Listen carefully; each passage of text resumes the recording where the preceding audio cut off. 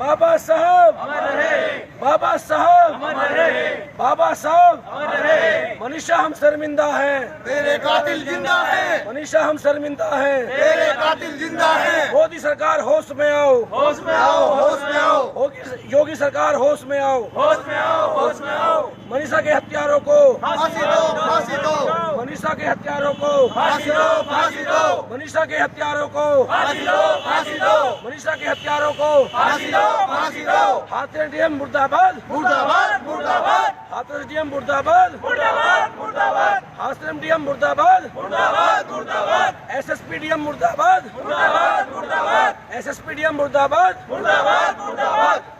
योगी मोदी मुर्दाबाद, मुर्दाबाद मुर्दाबाद योगी मोदी मुर्दाबाद, मुर्दाबाद मुर्दाबाद योगी मोदी मुर्दाबाद। मुर्दाबाद मुर्दाबाद। बहन मनीषा को इंसाफ दो, इंसाफ दो, इंसाफ दो।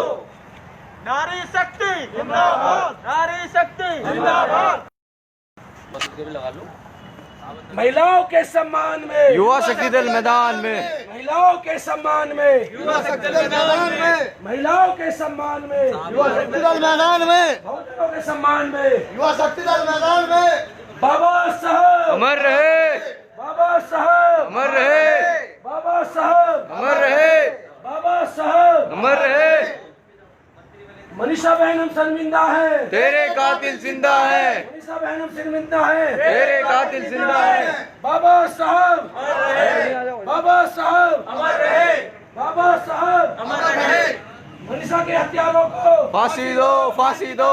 योगी तेरी तानाशाही नहीं चलेगी, नहीं चलेगी, योगी तेरी तानाशाही नहीं चलेगी, नहीं चलेगी, योगी तेरी तानाशाही नहीं चलेगी, नहीं चलेगी। हाथरस की बेटी को न्याय दो, न्याय दो, हाथरस की बेटी को न्याय दो, न्याय दो, हाथरस की बेटी को न्याय दो, न्याय दो, हाथरस की बेटी को न्याय दो, न्याय दो। योगी तेरी तानाशाही नहीं चलेगी, नहीं चलेगी, योगी तेरी तानाशाही नहीं चलेगी, नहीं चलेगी, योगी तेरी तानाशाही नहीं चलेगी, नहीं चलेगी। हाथरस की बेटी को सम्मान, इंसाफ दो। हाथरस की बेटी को इंसाफ दो, इंसाफ दो।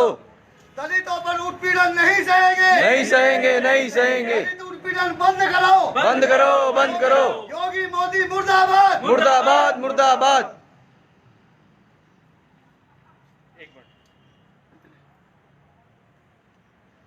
बहन मनीषा को न्याय दो, न्याय दो, बहन मनीषा को इंसाफ दो, इंसाफ दो, बहन मनीषा को इंसाफ दो, इंसाफ दो, बहन मनीषा को इंसाफ दो, इंसाफ दो, बहन मनीषा को इंसाफ दो, इंसाफ दो। हत्यारों को फांसी दो। फांसी दो। जय भीम साथियों।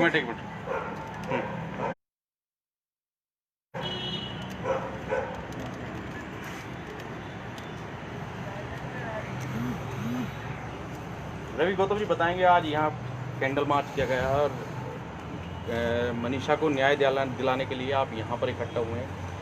क्या लगता है आपको जो इस केस में लापरवाही रही है पूरी प्रशासन की, उसको देखते हुए? देखिए, पहले आप सभी को मेरा क्रांतिकारी जय भीम। और हाथरस की घटना से दोबारा पुनः 2012 की घटना को दोहराने का प्रयास किया गया है। जैसे निर्भया कांड हुआ था, पूरी दिल्ली जली, उसी पूरे देश में जहाँ जहाँ बीजेपी की सरकार है, ना किसान खुश है, ना मजदूर खुश है, यहाँ तक की बहन बेटियां सुरक्षित नहीं है। ये मामला हाथरस का नहीं है, ऐसी कई बहन बेटियां और इन भेड़ियों दरिंदों के जो है हैवानियत के घाट चढ़ गई। क्योंकि एक बहन कुछ दिन पहले भी अपना स्कॉलरशिप का फॉर्म भरने के लिए गई और वो घर लौट के नहीं आई, उसकी हत्या कर दी गई, उसका रेप कर दिया गया। लेकिन हाथरस में पहले उस बहन का रेप किया जाता है, उसकी रीढ़ की हड्डी तोड़ी जाती है, उसके पैर की हड्डी तोड़ी जाती है और शायद लास्ट में उसकी जीभ काट दी जाती है। अगर वो किसी जाति समुदाय से हत्यारे हैं तो वहां के क्षेत्रीय विधायक जो उस जाति से आते हैं, जाति जानवरों की होती है और वो जानवर हैं, वो चारों ठाकुर, वहां पे विधायक ठाकुर, वहां पे सीओ ठाकुर, वहां पे एसएसपी ठाकुर और साथियों डीजेपी ठाकुर, तो इंसाफ की गुहार कहां लगाएं? 14 दिन पहले उस बहन ने तहरीर दी। जैसे उत्तर प्रदेश पुलिस का रवैया है, बार बार एप्लीकेशन बदलवाती है पुलिस और मनमानी मुकदमा दर्ज कराती है। अगर जब भी डीएम एसएसपी क्षेत्रीय पुलिस एक्शन ले लेती तो उस बहन की हत्या ना होती, वो बहन आज हमारे बीच में मौजूद होती साथियों।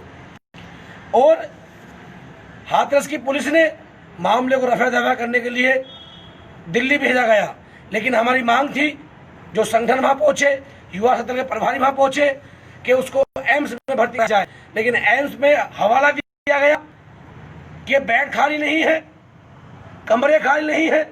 अगर किसी सांसद, किसी मंत्री, किसी विधायक की बेटी होती तो साथियों बेड भी खाली होते, अस्पताल में जगह भी होती, लेकिन वो एक गरीब समाज की, एक मजदूर समाज की, एक दलित की बेटी थी, तो उसको सफदरजंग भर्ती करा गया और बाद में उसकी हत्या कर दी गई। हमारी मांग है कि उन डॉक्टरों की, डीएम एसएसपी की सीबीआई जांच हो, जिन्होंने योगी आदित्यनाथ व प्रदेश के आला अधिकारी द्वारा उस घटना को दबाने का प्रयास किया गया। निर्भया का जब मामला हुआ था उसके बाद ये बात सामने आई थी कि जब इस तरह का किसी लड़की पर हीनियस क्राइम होगा तो उनको तुरंत बड़े हॉस्पिटल में एडमिट कराया जाएगा, लेकिन 8 दिन तक भी जो पीड़िता थी उसको वहाँ हाथरस में रखा गया, अलीगढ़ में लाया गया, अलीगढ़ से दिल्ली नहीं शिफ्ट किया गया, जबकि जो प्रशासन है उसको ये करना चाहिए था और गैर जिम्मेदाराना एक हरकत जो है वो प्रशासन की नजर आई। और अब जो हाथरस प्रशासन है वो लगातार नई नई वीडियो जारी कर रहा है कि रेप की भी बात को उससे भी गुरेज कर रहा है और तमाम ऐसी बातें कही जा रही हैं। अंतिम संस्कार को लेकर भी कहा जा रहा है कि हमने परिवार की जो है वो परमिशन के बाद हमने उनका दाह संस्कार किया था। तो ऐसे में जो सवाल उठ रहे हैं वो कई सवाल उठ रहे हैं, आप क्या कहेंगे? देखिए, इस बहन को 8 दिन तक हाथरस इसलिए घोला गया जिससे कि अपना दम तोड़ दे। जब बहुजन समाज का प्रेशर बनता गया तो इन्होंने अलीगढ़ रेफर किया, लेकिन बार बार आप एम्बुलेंस में घुमा रहे हो, आपने सीधा दिल्ली भर्ती क्यों नहीं किया गया? और मैं पूछना चाहूँगा, सुप्रीम कोर्ट सिर्फ कानून बनाता है, उन पे निगरानी क्यों नहीं करता? निर्भया कानून अलग से बना कि अगर कोई भी ऐसा मामला होगा उसमें एक्शन लिया जाएगा, उनमें जिला अधिकारियों की तलब किया जाएगा, पूछताछ की जाएगी। लेकिन 15 दिन तक नेताओं के दबाव में क्षेत्रीय विधायक के घर पे वो 4 बदमाश, वो रेपिस्ट वहां बैठे रहे, लेकिन उस बहन को इंसाफ नहीं मिला। जब उसने आखिर में दम तोड़ दिया तो आनन फानन में उत्तर प्रदेश पुलिस ने वो राज खुलते, इसलिए उन्होंने रात को अंतिम संस्कार किया गया। इसलिए किया गया कभी सुबह के टाइम पूरे भारत का बहुजन समाज हाथरस का घेराव ना कर दे। जो भी वहां पर हुआ गैर कानूनी हुआ, डीएम एसएसपी को बर्खास्त किया जाए, एक कमेटी बने, जो भी आदेश हुए हैं और सीबीआई जांच इसमें काम करे। अगर ऐसा नहीं होता है तो युवा शक्ति दल ने कल भी जंतर मंतर पे विशाल प्रदर्शन किया और आज लगातार हमने 7 बजे कैंडल मार्च का आह्वान किया था। कैंडल मार्च हो रहा है, कल हम लोग भारत बंद का आह्वान कर रहे हैं और भारत बंद का आह्वान जो होगा हमारा, वो कोई हम नेशनल हाईवे जाम नहीं करेंगे। पूरे देश में सभी कलेक्टेड ऑफिसरों पे हम लोग ज्ञापन देने का काम करेंगे और 4 तारीख को अगर कोई ठोस निर्णय नहीं लेती है सरकार तो हम लोग महापंचायत करके दिल्ली को भी जाम करने का प्रयास करेंगे। और साथियों, हमारी उम्मीद है कि जो एससी के सांसद हैं, अगर उनकी नींद नहीं खुली तो इस बार उन्हें एहसास कराया जाएगा कि तुम भारत संविधान से लाभ लेकर के सांसद तो बनते हो, लेकिन जब बहुजन समाज पे, दलित समाज पे जुल्म जाती है तो आप लोग हमारे बीच में नहीं आते। एक भी सांसद दिल्ली के जंतर मंतर पे नहीं पहुंचा, एक भी विधायक दिल्ली के जंतर मंतर पे नहीं पहुंचा जो दलित समाज से आते हैं। जो लोग पहुंचे उनमें पीड़ा थी, उनके लिए हम सलाम करते हैं। और आखिरी मांग हमारी ये है, वो बहन तो चली गई, उसका दर्द हमारी मांगों से पूरा नहीं, लेकिन वो परिवार में अकेली कमाने वाली थी, तो उस पीड़ित परिवार को 5 करोड़ का मुआवजा, एक सरकारी नौकरी, शहर में सरकारी निवास और साथियों सुरक्षा मुहैया कराई जाए, आजीवन आम लाइसेंस बनवाए जाए और डीएम एसएसपी सीओ को सस्पेंड किया जाए, 302 में मुकदमा दर्ज हो और जो क्षेत्रीय विधायक है उसको वहां से निलंबित किया जाए और उसमें भी 302 का मुकदमा किया जाए। अगर सरकार ऐसा निर्णय नहीं लेती है तो समय आने पर उत्तर प्रदेश सरकार को इस गलतफहमी का दिखाया जाएगा, खामियाजा भुगतना पड़ेगा जो उन्होंने दलित समाज के साथ किया है। आज पूरा दलित समाज करोड़ों की संख्या में पूरे देश के रोड पे है, गली पे है, मोहल्ले पे है, कैंडल मार्च निकाल रहा है, धरना प्रदर्शन कर रहा है। लेकिन जो लोग ये कहते हैं कि मेरे दलित समाज को मत मारो, मुझे गोली मार दो, बेशर्माई की हद हो गई कि इस देश के राष्ट्रपति दलित होने के बावजूद भी देश के प्रधानमंत्री जो कहते हैं मुझे गोली मारो, लास्ट में आकर प्रधानमंत्री ने तो बयान दिया, और वो शर्म की बात है जब वो बेटी हमारे बीच में नहीं रही, जब बयान दिया कि इसमें जांच होनी चाहिए। लेकिन रवि, जो प्रधानमंत्री जब चुनाव का दौर आता है तो प्रधानमंत्री नरेंद्र मोदी दलितों के चरण धोते हैं और उसको साफ करते हैं। पूरा एक नाटकीय प्रोग्राम किया जाता है, बड़े पैमाने पर उसका प्रचार प्रसार किया जाता है, मीडिया बहुत ज़्यादा दिखाता है। लेकिन जब एक जो दलित समाज की एक पीड़िता, एक लड़की को रेप किया जाता है, मार दिया जाता है, गले जीभ काट दी जाती है, हीनियस क्राइम किया जाता है, उसको दरकिनार कर देती है मीडिया। तो मीडिया जो है, मेन स्ट्रीम मीडिया, उसके लिए क्या कहेंगे जिस तरह का मीडिया का रोल रहा है इस केस को लेकर?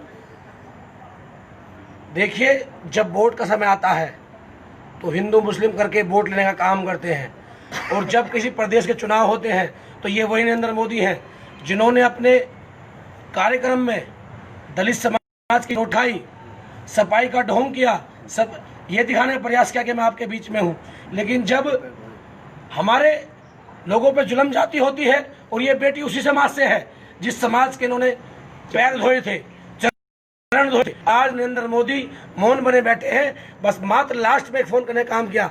ये तो गुजरात सरकार से भी निकम्मी सरकार उत्तर प्रदेश की। जब गुजरात सरकार में कांड हुआ था, दलित भाइयों को मारा गया था, तो वहां के मुख्यमंत्री ने इस्तीफा दिया था।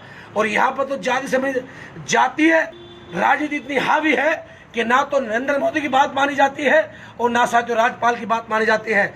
अगर थोड़ी बहुत शर्म योगी आदित्यनाथ के अंदर बची है तो अपना इस्तीफा दे करके अपने मठ में जाए। ये सरकार चलाना किसी जो है मठ के पुजारी नहीं है, सरकार चलाना पढ़े लिखे शिक्षकों का काम है।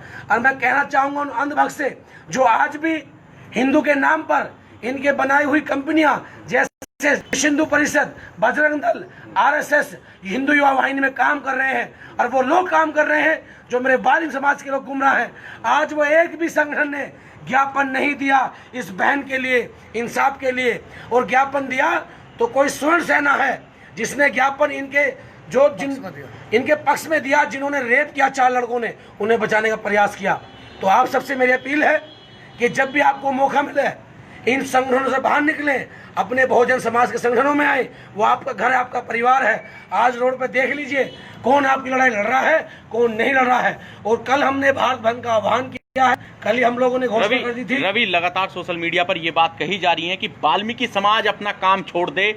ऐसे में जब तक न्याय की पूरी जो कोशिश जो बहुजन समाज कर रहा है वो उसको एक माला में न पिरोया जाए, या फिर ये कहे कि सरकार उस पर ना आमादा हो, तब तक वाल्मीकि समाज अपना पूरा सफाई का काम छोड़ दे। और ये कुछ लोग ये भी कह रहे हैं कि हमेशा के लिए त्याग दें। आप क्या कहेंगे वाल्मीकि समाज के लिए? देखिए, कल हम लोगों ने यही आह्वान किया है कि एक दिन के लिए सभी बहुजन समाज के लोग, और खास करके मेरे चमार भाई, मेरे जाटव भाई, मेरे बाल भाई जो इनकी सफाई करने काम करते हैं, चाहे वो सरकारी संस्था हो, हॉस्पिटल हो, कहीं भी हो, वो कल कलेक्ट्रेट पे जाकर के भारत बंद का आह्वान जो है उसको मजबूत करें और ज्ञापन दें। और रही बात सफाई की, तो साथियों, जिस महापुरुष को ये पूछते हैं महर्षि वाल्मीकि के हाथ में कलम है तो हमारे हाथ में झाड़ू क्यों आई, ये बहुत बड़ा सवाल है। तो ये देश झाड़ू से नहीं, संविधान से चलेगा। आप पढ़ लिख कर IAS IPS बने, बड़े अधिकारी बने, ये सफाई काम निश्चिंत के लिए छोड़ें। अगर हम सफाई करेंगे तो ये हमें दबा कुचला शोषित समझेंगे, और जब हम कलम से लड़ेंगे तो साथ ये हमारे सामने झुकने का काम करेंगे। और आने वाली 4 तारीख को हम दिल्ली में एक बड़ा